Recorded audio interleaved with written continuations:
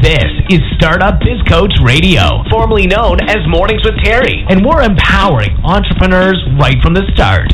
Find us at thestartupbizcoach.com every morning at 10 a.m. Eastern with your host, Terry Clay. Are you ready to get this business started?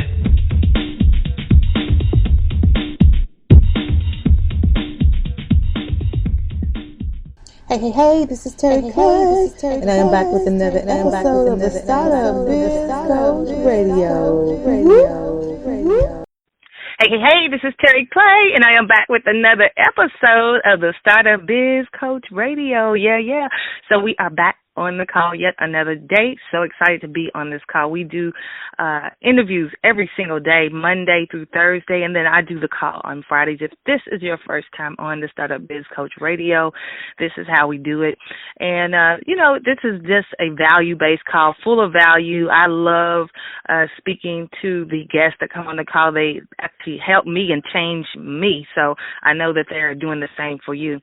And like I said, we always interview guests every Monday through Thursday, and so this is not any different. And as we do on the Startup Biz Coach Radio, we allow our guests to introduce themselves. So, Allyson, can you introduce yourself? Tell us who you are and what you do. Well, hey, mic check. I'm so excited to be a part of this incredible movement. My name is Allyson Byrd. I am known affectionately, I believe, around the world as the Profit Accelerator. And people call me that because of my ability to, number one, put profit first, Terry, in business. And as a business leader, we have to become masters at making profit the number one thing that we attract and we draw on. And then the second reason why people call me the Profit Accelerator is actually a play on words. And a lot of people don't know this, but it's really exciting. It is profit, P-R-O-P-H-E-T, as in to foretell.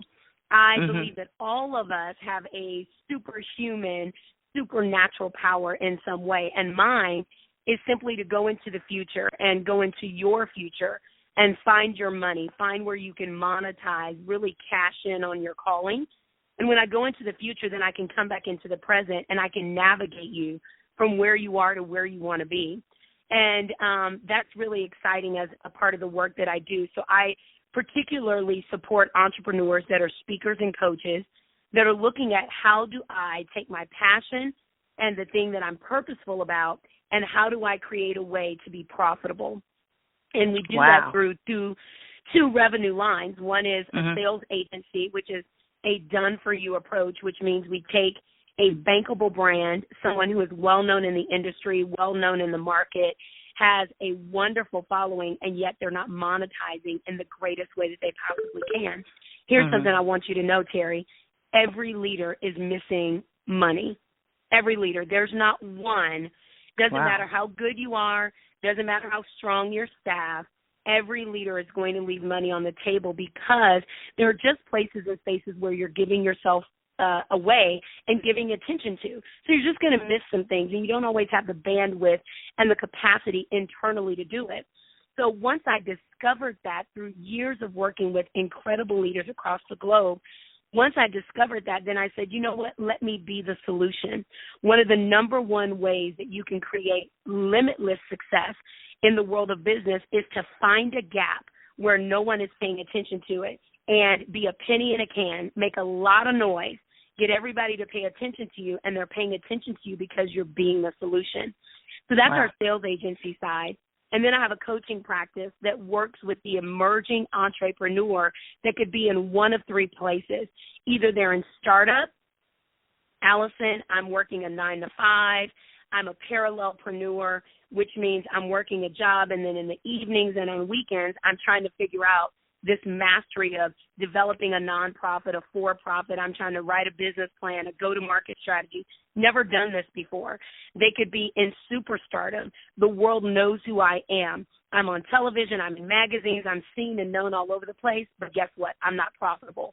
And if you're popular, Terry, and people know about you, but they don't trust you in a way where they will pay you, then guess what? You can never really cash in on the depth of your calling. Maya Angelou says it this way: if you do good, you should live well. And I believe it's reciprocal, meaning if you live well, you should do good also. So one of the things I know is if you are sacrificing financially, are you really doing good? Because if you don't do good from an inside job first, you really can't do good externally. Because you can only do good from overflow. You cannot do good from an empty place. Right. And then lastly, that entrepreneur that could be in struggle. And when I say struggle, that's not that entrepreneur that's broke, busted, disgusted. That's not the entrepreneur that's trying to make $1 out of 15 cents. It's the entrepreneur who says, you know, I've created a measure of success, and now I need to know what my next best step is. Or, you know, I've got success in these revenue lines, and now I'm ready to create and cultivate something new and glorious to the world, but I need help on how to do it. So that's what I do, and that's who I get to be in the world. I am a single woman who decided one day that I was going to move forward in imperfect action, meaning I didn't have all the answers. I didn't have all the resources. I started my business on two things, Terry, ambition and air. That was all I had. I had a burning in the lining of my belly, and I knew I had something bigger than me that was calling me. But, girl, I didn't know how to do it. I was a high school dropout at 15 years old. You know, my mom was a single mom. My dad was in prison when I was growing up. The last time I saw him, I was 4 years old. Last time I talked to him, I was 12 years old. And so, you know, I read MBA for Dummies. That was the jump start to my business. And so I didn't have all the answers. But one day, I just got crazy enough to say, you know what, to hell with my past. And I get to pick up the pen, and I get to write a new reality for myself. And everything that I've been dreaming about, I'm just going to pop that dream bubble. And what's been a delayed reality will be mine now. And I owned it. And I never stopped doing it. I live authentically. I tell you the truth about who I am. I live with fear in one hand and courage in the other. I am always on the skinny branch of life because what I've realized is that the branch will always break. Because if you're making enough noise, you're jumping up and down, pay attention to me, look at me, hey, I got an answer solution for you, that branch will break. But you will never discover your wings if you are only committed to jump off of a curb. Right. Wow. You will not, the depth of that is just not enough. You know, so that's who I be. Right. That is powerful. Wow. You know, I've been actually following you for a while, and I know that you have worked with, even I saw on your website that Lisa Nichols even gave you a testimonial. So how did you get to the point where you're helping people that have bigger names to explode their business as well? Well, I think you've got to trust yourself and realize that you are the same as everyone, that everyone has to put their pants on one leg at a time. Come on now. And one of the worst things that we can do is, you know, esteem someone greater than us and say, they're too big for me to do anything for them. Yes. I mean, you know what I'm saying? Like, you have to understand that you offer value and contribution. And I remember when, you know, Lisa and I came together, Lisa was a mentor for me first. And then Lisa saw the way that I was running my business, and she supported me to grow my business. But what she saw was in the areas where she wasn't supporting me, she got to see my genius. And so then she said, I like that genius. Can you come do it over here for me?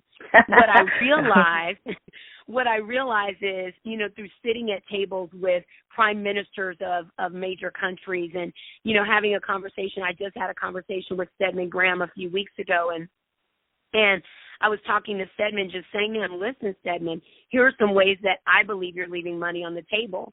And here's some ways that I believe that you can do something different. He was giving his experience and I was giving my experience, but I wasn't afraid to have the conversation because I wasn't committed to being right. I was committed to serving. And so when you realize that your gift can serve anyone and you open yourself up to, I don't know when I'll see you again, when I'll meet you again, when I'll have a conversation again. I have no idea when that's going to occur.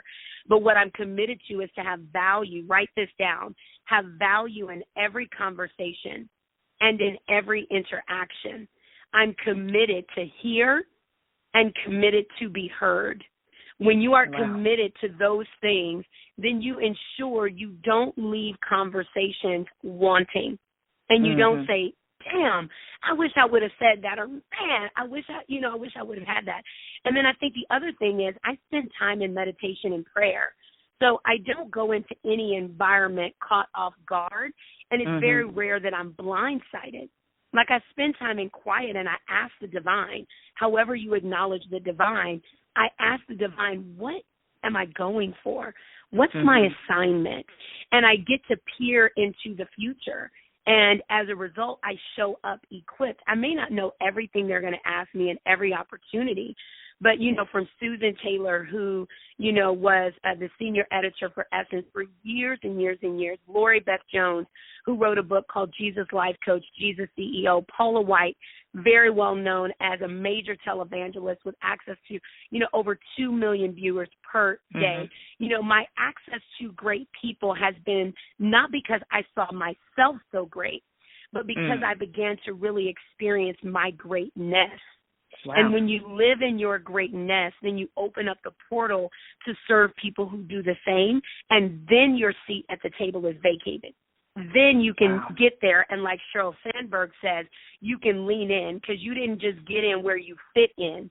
The seat was made for you. Your gift made room for you, and nobody can eject you but you. Wow, that's powerful. I love that. I love that your advice. I just love that. Thank you. One more question.